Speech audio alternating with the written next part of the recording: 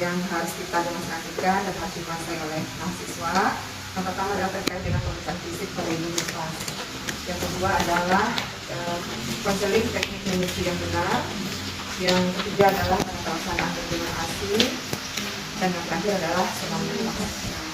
Oke ya, pertama adalah pemeriksaan fisik ibu nifas. Nah, pemeriksaan fisik pada ibu nifas ini bertujuan untuk mengetahui bahwa ibu berada pada kondisi normal atau tidak. Kemudian melakukan deteksi dini serta melakukan rujukan apabila ditemui komplikasi pada ibu.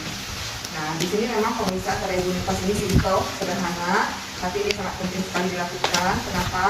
Karena 2/3 penyebab kematian ibu itu terjadi pada masa nifas. Nah, jadi mulai dari perdarahan, infeksi, preeklamsi dan lain-lainnya itu terjadi 2/3 dari kasus kematian ibu disebabkan oleh komplikasi yang terjadi pada masa nifas. Jadi penting bagi kita untuk melakukan deteksi dini ya, kemudian mengatakan bahwa ini berada pada kondisi normal dan kita menjaga bagaimana kondisi normal ini tidak jatuh pada kondisi abnormal. Nah, kemudian teknisnya pemeriksaan pada ibu nifas ini cukup sederhana kita lakukan. Nah, ada dua perbedaan. Kalau kita mengacu kepada PMK yang baru, yaitu PMK nomor 21 tahun 2021, itu sudah di-share ya. Mudah-mudahan Anda semua sudah baca bahwa kunjungan pada masa nifas ini ada 4 kali. Ya, 6 jam sampai dengan 2 hari atau 48 jam. Kemudian hari ketiga sampai dengan hari ke-7. Kemudian selanjutnya hari ke-8 sampai dengan 28. Dan terakhir adalah hari ke-29 sampai dengan hari ke-45. Nah, ada beberapa perbedaan dalam pemeriksaan pada ibu nifas yang dalam 48 jam pertama dengan hari-hari berikutnya. Pertama adalah perbedaan terkait dengan pemeriksaan payudara. Pemeriksaan payudara pada ibu nifas 6 jam sampai dengan 48 jam itu hanya dengan menginspeksi payudara, lihat puting susunya menonjol atau tidak. Kalau puting susu ibu tidak menonjol, maka kita melakukan penataan agar ibu nantinya bisa menyusui bayi. Kemudian perbedaan kedua terletak dari teknik pemeriksaan organ genitalia ibu. Nah, kalau dalam 6 sampai 24 jam itu posisinya dorsal recumbent. Nah, nanti yang dalam setelah 42 jam itu posisinya adalah miring. Nah, kenapa demikian nanti kita kemukakan alasannya masing-masing. Nah, mungkin sebelum teknik ini mungkin kita satu yang jadi pasien sampai 6 jam sampai dengan 24 jam. Kemudian kita selitkan nanti bagaimana teknik perbedaan dari yang setelah 44 jam atau setelah 2 hari. Nah, pertama mungkin dari praktek-praktek sebelumnya ya, soft skill bisa diperhatikan bagaimana kita menyapa pasien, kontak mata ya, menjelaskan prosedur ya, percaya diri, kemudian memperkenalkan diri. Nah, kemudian menanyakan ke pasien apakah ada hal-hal yang ingin ditanyakan, itu penting ya.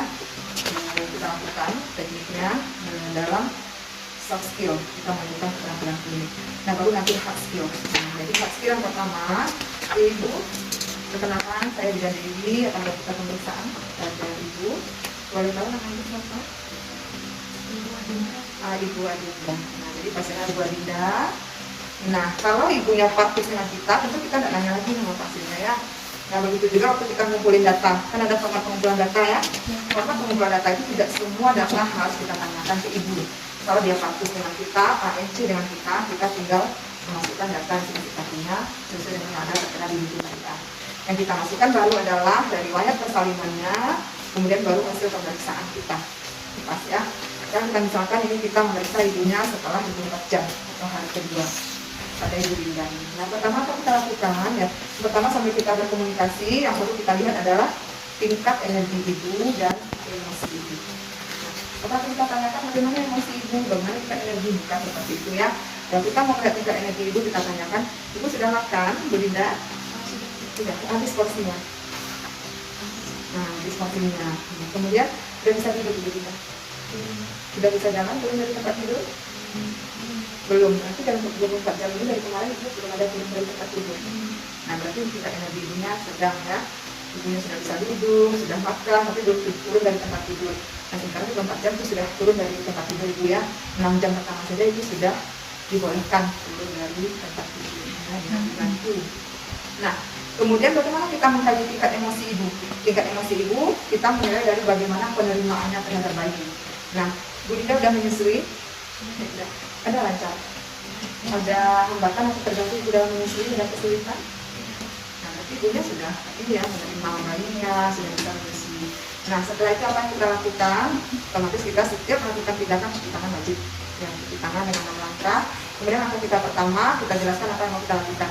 Kemudian saya akan melakukan pemeriksaan pada ibu, mungkin dari payudara nantinya, nanti perut ibu saya periksa, kemudian daerah kaki dan juga nanti daerah kemaluan ibu. Apakah Bunda bisa dia? Nah itu ya, nah itu sudah kita lakukan. Nah kemudian kita mulai dari pemeriksaan vital sign. Nah kita demokan ya. Pemeriksaan vital sign itu pertama ditaruh termometernya ya, termometernya dilipat ke dalam dada ibunya ya. Nah kemudian kita ukur tekanan darah. Setelah itu kita hitung nadi ibu. Nah setelah nadi kita hitung, kemudian kita lihat pernapasan ibu dengan tidak memberitahu, tetap pegang nadi. Nah dan kemudian setelah itu pemeriksaan suhu akan berlangsung 3-5 menit. Nah kita selesai periksa tekanan darah, kita selesai menghitung nadi, kita selesai menghitung pernapasan ibu, maka termometernya pun juga sudah selesai waktunya. Kita ambil ya, kemudian kita lihat ya berapa suhu ibu, baru nanti kita bersihkan. Mulai dari larutan klorin, kemudian masukkan ke air sabun, masukkan ke air bersih, ya. Lalu nanti kita keringkan, masukkan dalam handphonenya. Nah, kemudian selanjutnya apa kita lakukan?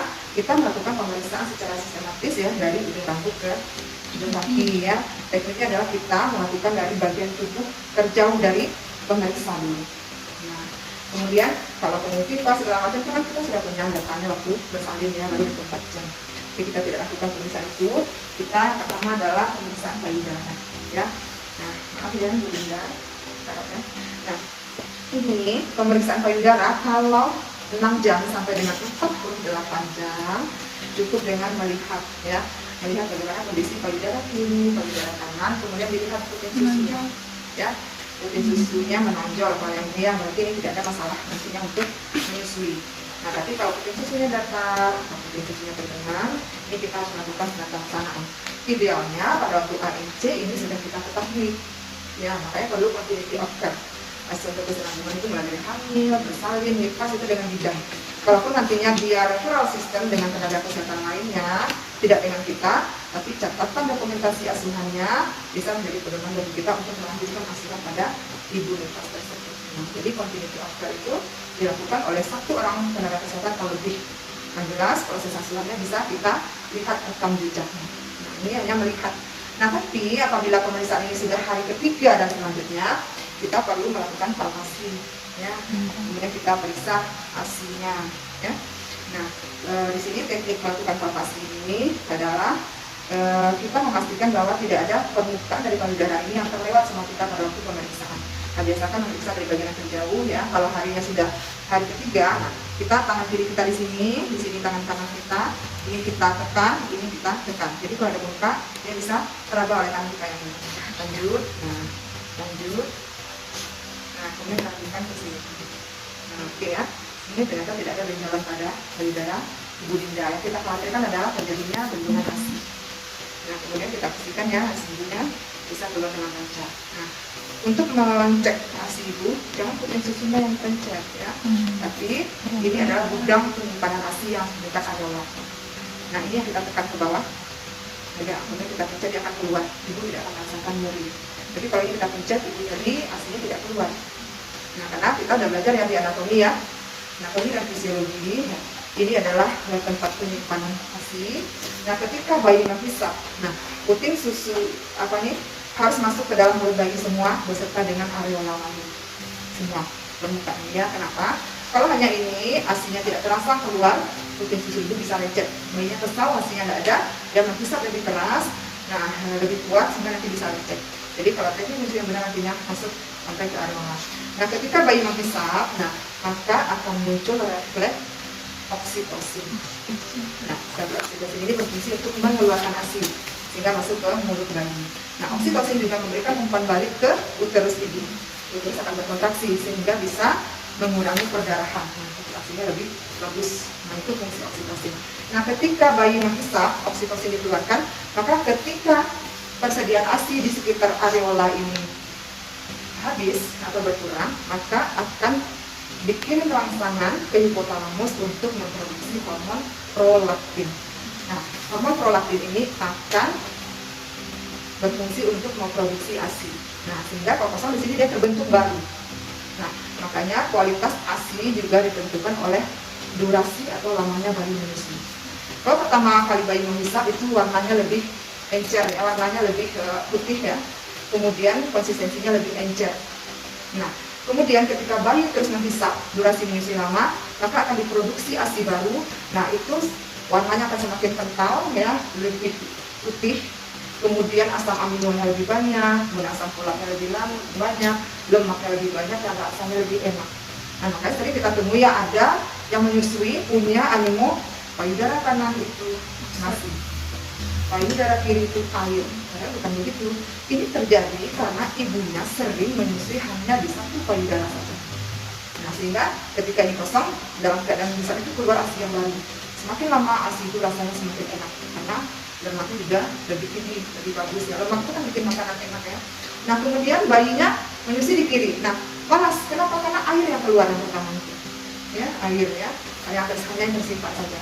Bukan ASI yang diproduksi ketika bayi menyusui. Nah, jadi perlu kita berikan edukasi kepada ibu ketika menyusui. Maka kalau payudara kanan misalnya ya, pertama kanan ini sudah kosong, bayinya kenyang, nah bayinya ditidurkan. Menyusui berikutnya susui pada payudara kiri. Kalau payudara kanan sudah kosong, bayi masih mau menyusui, pindahkan ke payudara kiri. Jadi seimbang. Jadi juga menghindarkan risiko payudara ibu besar semua. Ya, payudara kanan ibu akan lebih besar di bagian yang menyusui. Nah, ini juga untuk tes yang penting. Oke, kita lanjutkan ya. Cukup paham ya. Setelah periksa vital sign, periksa payudara. Bedanya yang 24 jam pertama, 48 jam pertama itu hanya menginspeksi dan melihat kondisi perut menyusui. Tapi hari ketiga, setelah 48 jam itu, kita memeriksa nantinya apakah ada pembengkakan pada payudara. Nah, oke. Sekarang lanjut ke perut. Ya, nah di perut ini yang kita periksa ada 4. Tinggi pubis uteri, kemudian kontraksi uterus, kandung kemih, dan diastasis rectus abdominis. Nah, tekniknya bagaimana? Ibu dalam posisi kaki ditekuk. Ya. Bu Linda boleh dibantu, saya mau periksa nanti perut ibu, oleh kakinya ditekuk. Nah, ya. Nih, tujuannya ditekuk apa? Sama dengan waktu kita melakukan rotasi pada ibu hamil, supaya ibunya lebih rileks, tidak sakit, ya. Kemudian perutnya lebih kendor dan memudahkan pemeriksaan oleh bidan. Nah, bagaimana cara pemeriksaannya? Pertama ya, kita konseptualnya pada waktu postpartum, tinggi pubis uteri itu adalah setinggi pusat ibunya. Kalau lebih tinggi dari pusat, kemungkinan ada gangguan kontraksi atau opennya uteri. Nah, kemudian dalam 24 jam pertama dia akan naik lebih kurang 1 cm. Nah, yang kalau naik 1 cm itu wajar. Kenapa? Karena kemampuan kontraksi dengan jumlah darah yang keluar itu lebih banyak jumlah darahnya, walaupun kontraksinya baik ya, bisa mampu mengeluarkan sisa-sisa plasenta, mampu mengeluarkan darah dan lain-lainnya, tapi dia akan terjadi kenaikan lebih kurang 1 cm itu maksimal. Nah, kemudian pada hari berikutnya dia akan turun 1 cm per hari. Nah, sehingga bisa kita lihat nanti ya, sampai setinggi simpisis ya, sampai dia nanti tidak teraba sama sekali. Oke ya. Oke. Ini hari kedua atas 24 jam. Caranya bagaimana? Ini pusatnya, tinggi pubis uteri, ini cara periksanya. Nah, tinggi pubis uteri ibu ternyata salah satu jari di bawah pusat. Kemudian kita raba kontraksi. Yang normal itu kontraksi uterus itu keras seperti batu, teraba seperti kantul bulat. Kontraksi ibunya itu yang baik ya. Kalau dia lembek atau tidak teraba, kita khawatirkan ini terjadi adanya uteri. Nah, jadi pertama tinggi pundus, kontraksi uterus. Nah, kemudian kandung kemih. Kandung kemih di mana kita raba? Di atas simpisis. Nah, kandung kemih ibu idealnya kosong. Kalau kandung kemih ibunya penuh, kita minta ibunya biarkan. Kenapa? Kandung kemih yang penuh ya, secara anatominya umpamanya ini terus, di sini adalah kandung kemih. Kalau kandung kemih ini penuh, dia menonjol ke depan, mengambil ruang uterus, sehingga mengganggu kontraksi dari uterus. Jadi kandung kemih ibu harus kosong. Ya. Nah, itu 3 hal. Nah, kemudian yang terakhir kita periksa adalah diastasis rectus abdominis. Nah, Bu Dinda boleh diluruskan lagi kakinya. Jadi kontraksi uterus ibu bagus ya. Kemudian ada ibu tingginya 1 jari di bawah pusat. Kemudian kalau ibu juga kosong. Nah, ini ibu sudah biasa ya. Nah, kemudian yang keempat kita periksa adalah diastasis rectus abdominis. Nah, diastasis rectus abdominis ini adalah otot yang terletak ya di bawah diafragma di abdomen. Nah, kalau kita kira di sini ya. Kalau pada remaja ini yang remaja itu sampai 24 tahun sekarang ya, ini tidak akan ada gestasi selektif abdominisnya ya. Jadi pada ibu yang melahirkan dengan pembesaran terus ya, karena faktornya adalah terus ya, ini bisa menyebabkan terjadinya kelonggaran. Nah, jadi normalnya adalah 2 cm, tapi nantinya dengan latihan senam nifas ini bisa berubah jadi 1 cm ya. Kalau ini tidak ditata laksana, tidak ditanami dengan baik, perut ibunya bisa menggantung ya, otaknya tidak kuat. Kemudian pada kehamilan berikutnya nantinya akan tidak sekali perut ibunya menonjol keluar ya. Nah, kemudian semakin banyak ibu mengalami kehamilan, maka resiko untuk gestasi selektif abdominis ini untuk melebar juga semakin besar. Nah, kemudian makanya kalau pada primipara itu kepala masuk PAP pada kehamilan 36 minggu ya. Nah, kenapa? Karena dia belum punya ya. Ini gestasi selektifnya ini masih kuat ya, belum longgar. Tapi pada multipara kepala masuk PAP itu kan pada akhir kehamilan atau pada saat persalinan. Kenapa bisa terjadi? Nah, karena yang tadi ya, karena ada gestasi selektif, perut ibunya menggantung, yang otaknya tidak begitu kuat, sehingga bagian terbawah atau kepala janin itu lemah masuknya ke PAP. Tapi kalau primipara, orang pertama sekali hamil ya, melahirkan anak yang pertama, itu perutnya ini tegang ya, perutnya tegang, makanya kehamilan 36 minggu kepalanya sudah masuk aja ke PAP. Oke ya. Nah, ini penting ya, kita mengetahui berapa tingkat kelebaran dari gestasi selektif abdominis ini. Kita bisa mengevaluasi nantinya dengan senam nifas. Oke ibu, saya akan periksa gestasi ibu, nanti ibu tangannya belakang, terus saya minta tangan kepala, kalau saya minta angkat nanti ibu angkat ya. Nah, jadi ini pertama, di perutnya lurus, kita periksa. Bantu bunda diangkat. Nah, ini kan nggak ada nih ya, angkat sini. Ini kan nggak ada. Tapi kalau ibu yang postpartum sudah pernah melahirkan, ini kan teraba 1-2 cm. Ya, ini itu cara memeriksa gestasi selektif abdominis. Nah, kemudian kita lanjutkan ke tungkai. Nah, pemeriksaan tungkai ya, yang kita periksa di sini ada 3, varises, kemudian udem, dan yang ketiga adalah tanda komang atau komang san. Nah, bagaimana kita memeriksa varises ya? Ini bisa kita injeksi saja, maaf. Kita mau lihat apakah itu varises atau tidak. Kita lihat ya di belakang ini, kemudian kita raba.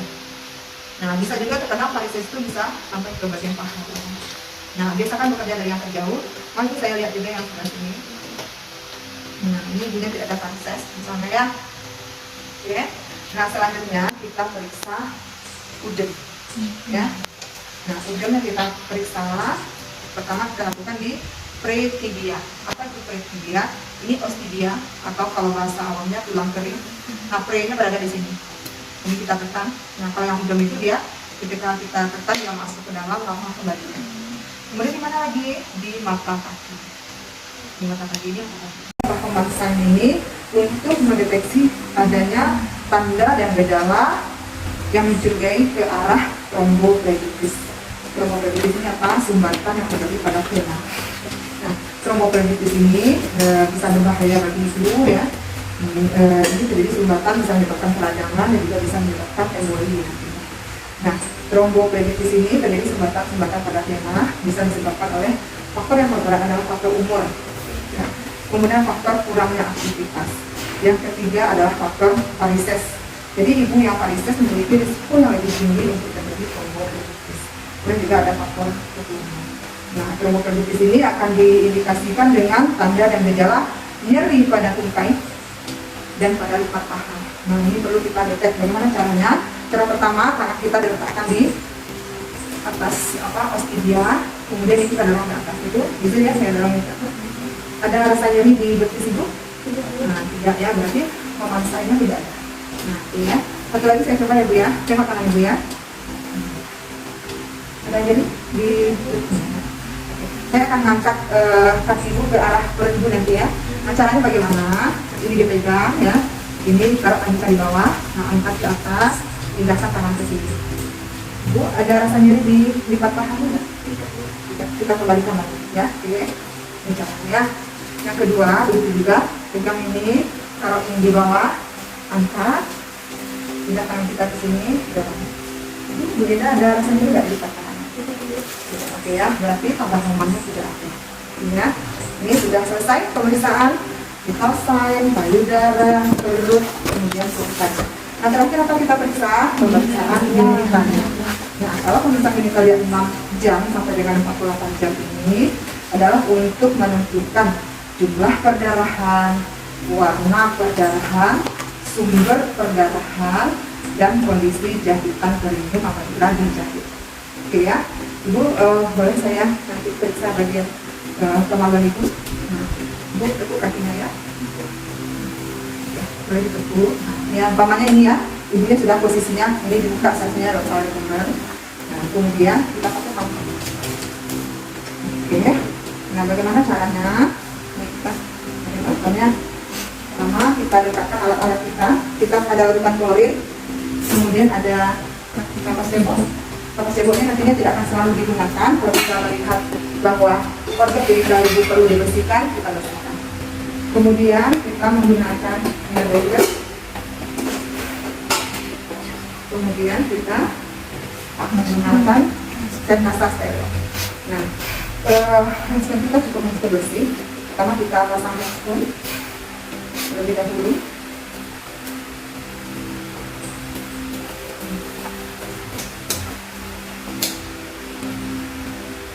Kita lihat ya perdarahannya.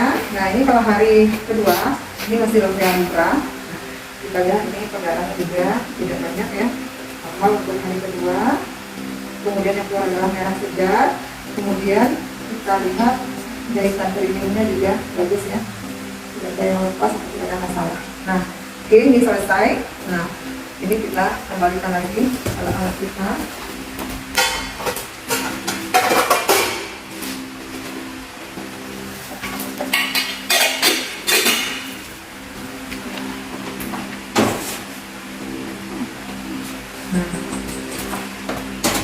Kemudian kita cuci tangan kita di larutan klorin, baru kita buka handspun kita secara terbalik.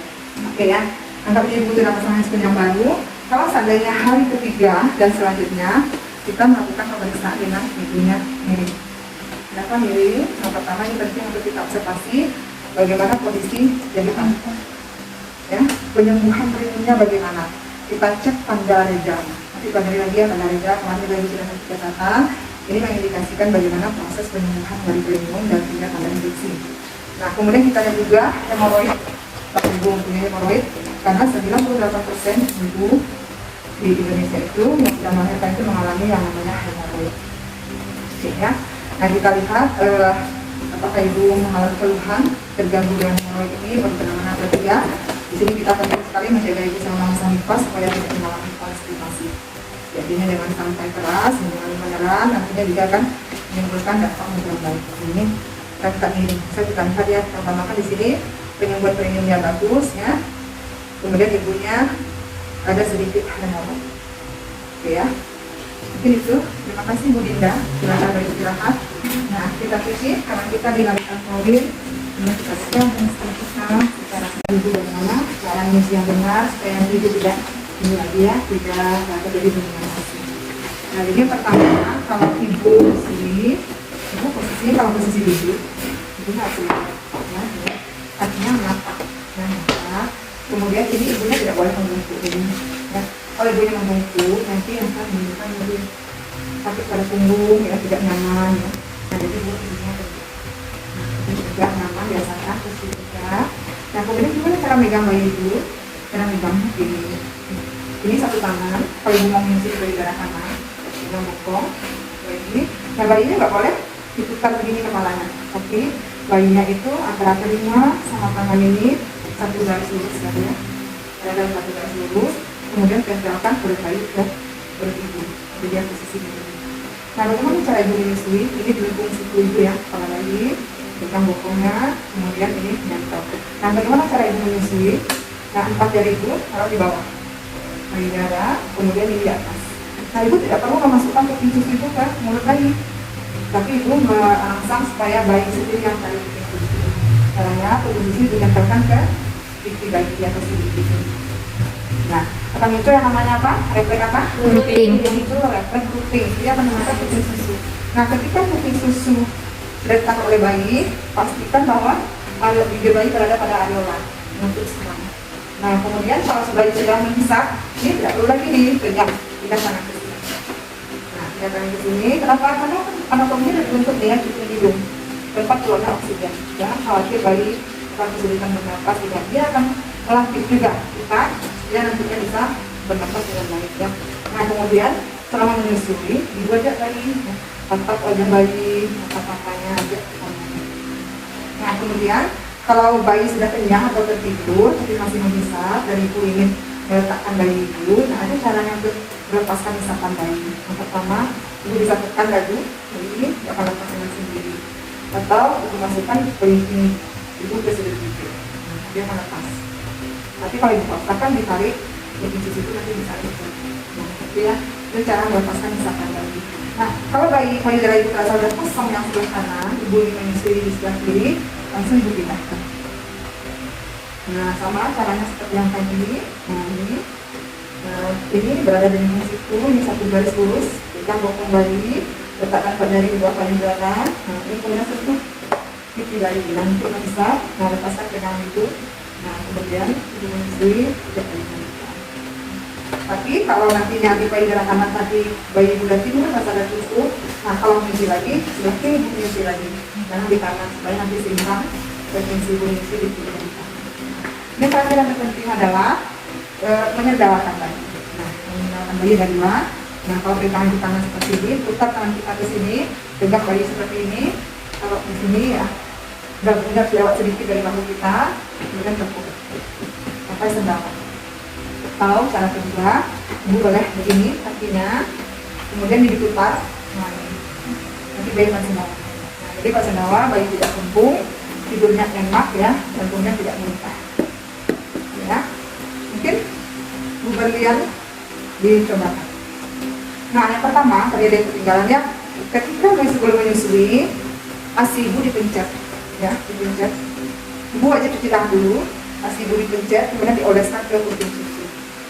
Nah, kenapa demikian? ASI itu mengandung lemak. Nah, lemak itu seperti minyak. Nah, dia kita oleskan artinya juga menghindari terjadinya ujung susu. Setelah menyusui, payudara kita bersihkan ya dengan air hangat. Nah, jadi kalau mau menyusui tidak perlu dibersihkan, cukup diolesi dengan ASI. Nah, karena setelah menyusui kita membersihkan payudara kita. Nah, coba ibunya.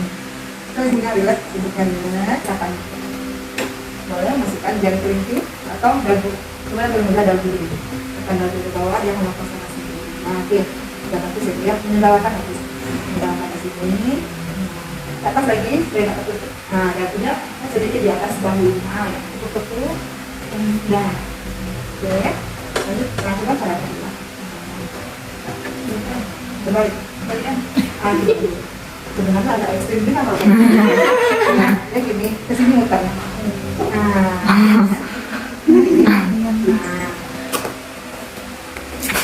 Dia agak juga yang sedikit. Muter, baca tadi dulu ya. Iya. Maksud sudah bisa mengajarkan peralatannya apa saja. Pertama kita perlu diabetes, kemudian kita butuh satu buah handuk, ya, satu buah handuk yang nantinya kita beri air hangat. Kemudian satu lagi handuk ya, nanti kita gunakan untuk kompres dingin. Kemudian kita menggunakan apa namanya ini, dan ini modal saja. Sama bendungan ASI ini bisa terjadi pada hari ketiga dan selanjutnya, biasanya hari keempat. Nah, kenapa? Karena hari ketiga produksi ASI sudah mulai banyak. Nah, biasanya kalau teknik menyusuinya kurang bagus, biasanya terjadi bendungan ASI hari keempat dan selanjutnya. Nah, ini bendungan ASI ini perlu kita tangani dengan cepat ya, dengan tepat dan dengan benar. Kenapa? Kalau kita biarkan akan mengganggu proses nafasi, akan mengganggu nantinya dampak berkelanjutan dari bendungan ASI, yaitu terjadinya mastitis dan juga terjadinya abses. Kalau mastitis itu payudara merah semuanya, sudah menunjukkan adanya tanda-tanda infeksi, suhu biasanya melebihi 38,5. Mastitis yang tidak tertangani dengan baik ya, juga akan memiliki komplikasi abses payudara atau terjadi penanahan drama lunak, banyak anak di dalam payudara. Nah, ini akan berdampak tidak baik bagi ibu. Nah, kalau sudah terjadi abses, maka menyusui harus dihentikan. Tapi kalau bendungan ASI, menyusui tetap dilanjutkan. Oke ya. Langkah pertama, apabila datang kepada kita pasien mengeluhkan badannya meriang, rasa demam, nyeri payudara, kemudian kita lihat payudaranya bengkak, kita curigai bahwa ibu mengalami bendungan ASI. Nah, bagaimana cara kita memeriksa? Bendungan ASI ini ada dua jenis. Jenis pertama adalah bendungan ASI yang terjadi ke semua payudara. Nah, jadi terjadi terbendung ini, dan kalau terbendung itu namanya adalah sumbatan ya. Tersumbat ya, ASI-nya tidak keluar dengan lancar karena disebabkan oleh ASI diproduksi tapi bayi tidak menghisap secara adekuat. Nah, bisa semuanya ya, bengkak. Ada lagi payudaranya hanya terjadi bendungan lokal, misalnya ibunya menyusui posisi tidur ya. Ini yang di sini ini keluar ASI-nya, tapi yang di sini kalau tertekan akhirnya tersumbat. Jadi juga akan menimbulkan rasa sakit yang luar biasa. Nah, jadi yang pertama, kalau kita datang pasien dengan keluhan demikian, kita periksa apakah dia mengalami bendungan ASI pada semua bagian payudaranya ataukah bendungan ASI lokal atau pada satu lokasi saja. Bisa lebih banyak di bagian yang tertekan. Nah, langkah pertama yang kita lakukan, yang pertama adalah apabila terjadi bendungan ASI, kita melakukan yang namanya kompres hangat ya. Ini kita kompres hangat ya, kita gunakan air panas yang didinginkan sampai 9,5. Ini kita kompresnya. Bagaimana kita mengompresnya? Kompres hangat saja. Payudara ini harus meliputi semua bagian payudara. Tujuannya apa? Kompres hangat ini akan menyebabkan terjadinya vasodilatasi, baik pelebaran dari pembuluh darahnya maupun pelebaran dari kelenjar-kelenjar. Nah, kalau kelenjar sudah besar ya, ini kita kompres beberapa saat. Nah, kalau ibu merasa nyaman dengan dikompres ini, kita minta ibunya pegang. Ya, boleh ya. Silakan. Nah, kemudian belakang ibu. Kemudian kita akan melakukan pengeluaran ASI nanti. Karena kalau mengeluarkan ASI itu ada rasa nyeri ya, ASI pada ibu, maka kita ciptakan rasa rileks, rasa nyaman pada ibu dengan melakukan pijat. Pijatnya dari mana? Bisa dari leher sampai ke bahu, kemudian kita pijat arah ke dalam seperti pijat oksitosin. Ya. Ini kita pijat dulu ya. Nah, ini pijat begini ya. Ini kita lakukan pijat oksitosin arah ke dalam. Kita pijat lagi sampai ke leher itu, sampai ibu merasa nyaman.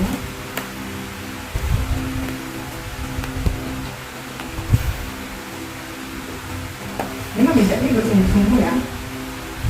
Ada enak rasanya. Nah, enak ya. Nah, kemudian kita lanjutkan nanti ya, ibunya disenangi dulu ya, baru nanti dipencet ya ke belakang. Nah, ibu boleh menang ke sini. Nah, ibu karena ibu mengalami bendungan ASI, kita akan coba mengeluarkan versus ibu yang tersumbat ya. Nah, caranya bagaimana? Cara yang pertama, nah,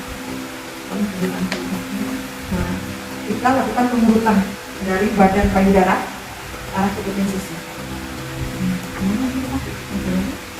Kalau sakit bilang saya ini bagaimana?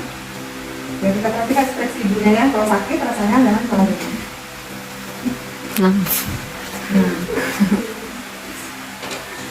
Nah, kemudian setelah kita melakukan pengurutan, maka kita akan pencet kuping susu itu. Bagaimana mencetnya? Ini areola ini kan tadi kita sudah cerita ya, tempat penyimpanan ASI-nya. Ini kita tekan, ya, tekan baru kita pencet. Yang ininya ya, tapi ini kita tekan, kita pencet. Nanti dia akan keluar, kita tampung. Nah, kemudian kita tekan lagi, kita pencet. Kalau kita masih merasa ada kelenjar-kelenjar yang menyumbat, kita tekan.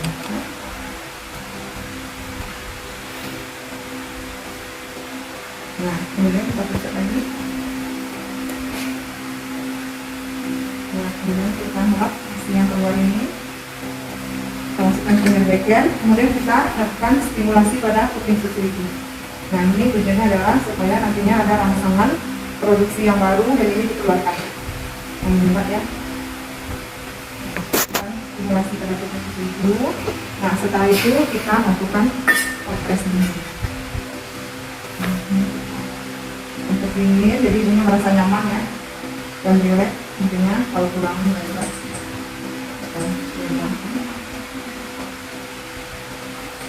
kita kompres dini.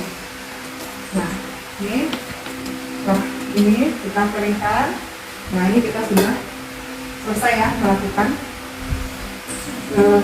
pelaksanaan benjolan. Maka kita berikan informasi pada ibu. Ibu selanjutnya kita ajarkan bagaimana teknik menyusui yang benar. Ya, jadi langkah-langkahnya sudah selesai di sini. Kita lanjutkan dengan ini. Yang durasi ini itu kan mobilisasi ini ya 6 jam pertama. Nah, sekarang sudah mulai dimulai. Nah, apa target senam nifas ya? Target senam nifas itu tidak ada, tapi kita memotivasi ibu ya untuk bisa memulai gerakan-gerakan senam nifas sesuai dengan kemampuan. Jadi hari pertama gerakan 1 sampai 8 itu bukan gerakan yang sulit ya, gerakan sederhana. Tujuannya melancarkan peredaran darah, ya, mengeluarkan otot, ya, melenturkan sendi. Nah, baru gerakan ke 10 ke 11 itu baru nantinya untuk perutnya kalau besar bisa dengan sit up segala macam ya. Oke, siapa yang mau mencobanya? Kalau pada hari ketiga ibunya belum bisa melakukan gerakan keempat misalnya, itu 1, 2, 3 dan seterusnya ditambah, kemudian setelah bisa melakukan ke 10 gerakannya, misalnya sampai 8, sudah 20 hari nifas, ibunya hanya mampu sampai gerakan 8 ya, sit up tidak apa-apa ya dipasang. Nah, berapa silakan diulang lagi. Nah, sudah 21, coba lagi 1 aja sit up. Nah, kemudian berikutnya tambah lagi sampai akhirnya masa nifas berakhir ke hari ke-42. Kalau sudah hari ke-42 tidak ada lagi senam nifas, ya habis ya, silakan ibunya kembali ke aktivitas biasa ya. Kalau ibunya suka senam, suka apa, ya, misalkan ibu mampu sekitar itu. Nah, yang pertama, gerakan yang pertama itu adalah terkait dengan gerakan pernapasan. Nah, gerakan pernapasan ini adalah teknik nafas dalam yang nantinya apabila dilakukan dengan benar, maka kita akan merasakan bagaimana O2 itu masuk ke seluruh organ tubuh kita dengan baik ya, sampai ke otak kita. Nah, caranya bagaimana? Ibunya tidur telentang, jadi kira-kira seperti ini. Tarik nafas.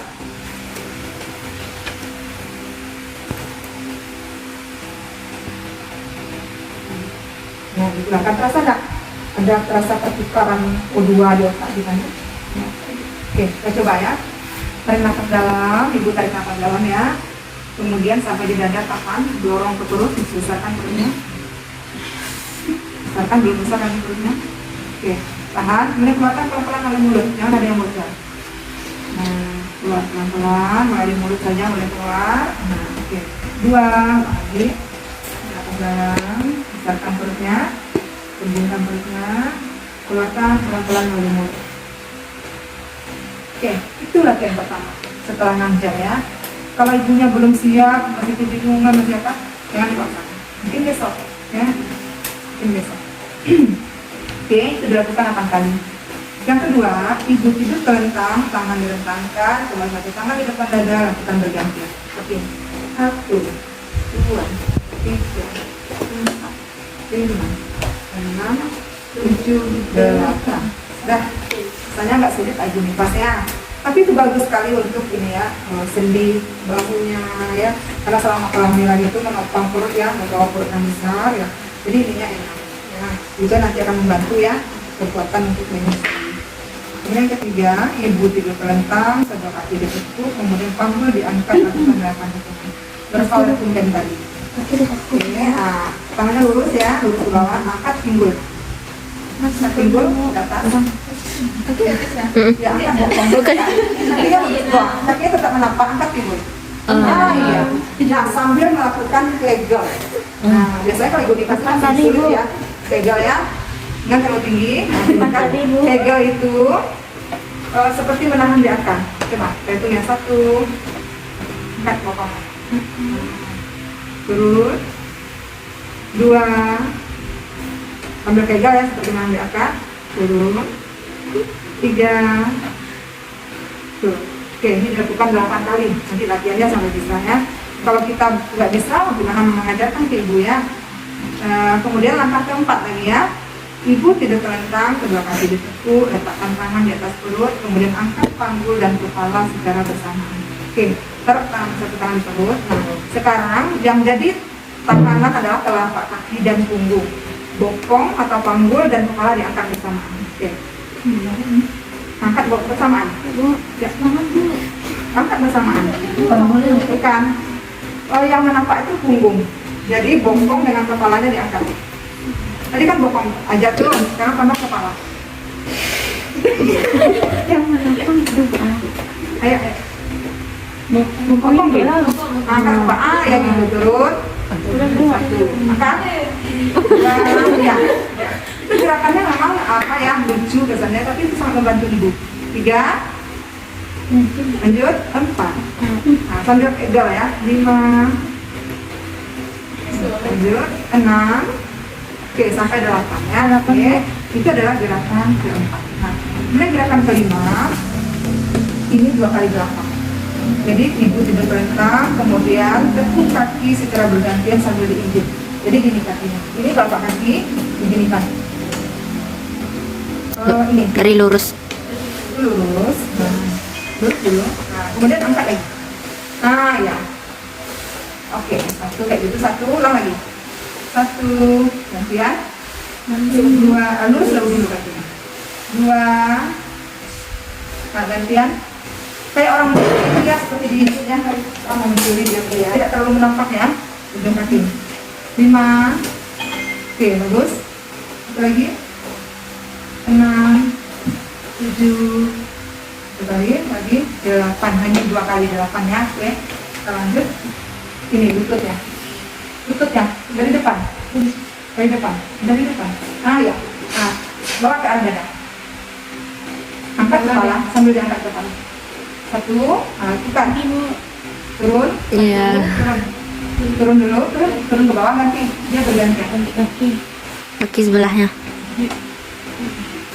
Nah ya, lanjut 3.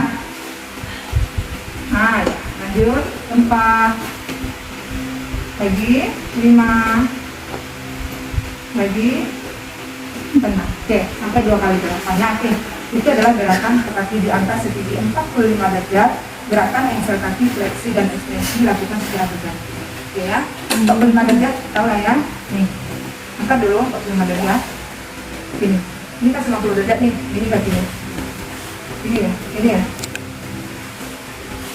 Ini 45 derajat, dia lebih kurang segini. Jadi nantinya akan terasa ke sini ya. Kemudian gerakan fleksi ke bawah, fleksi, ekstensi. Engsel kakinya, fleksi, ekstensi. Turun, ganti satu lagi. Oh, ininya harus lurus nariknya. Jadi dalam posisi lurus dari bawah. Ah ya, fleksi, ekstensi. Oke. Oke, kita coba ya. 1, fleksi, ekstensi. Ganti, ya sekali aja. 2, fleksi, ekstensi. Turun. 3, fleksi. Nah, kepalanya lebih lurus lagi. Nah, kemudian sambil tarik nafas, hembuskan. Tarik nafas, 1, hembuskan. Tarik nafas, 2, hembuskan. Tarik nafas, 3, hembuskan. Sampai 8 ya, itu gerakan ke 8. Nah, oke, lanjut. Nah, sekarang sudah terentang lagi. Ada belas ya, yang utama adalah melatih kegalangan. Nah, yang ke-8, ke-9, ibu tidur terentang, angkat kedua kaki membentuk sudut 90 derajat. Kemudian turunkan kaki perlahan, lakukan 8 kali hitungan.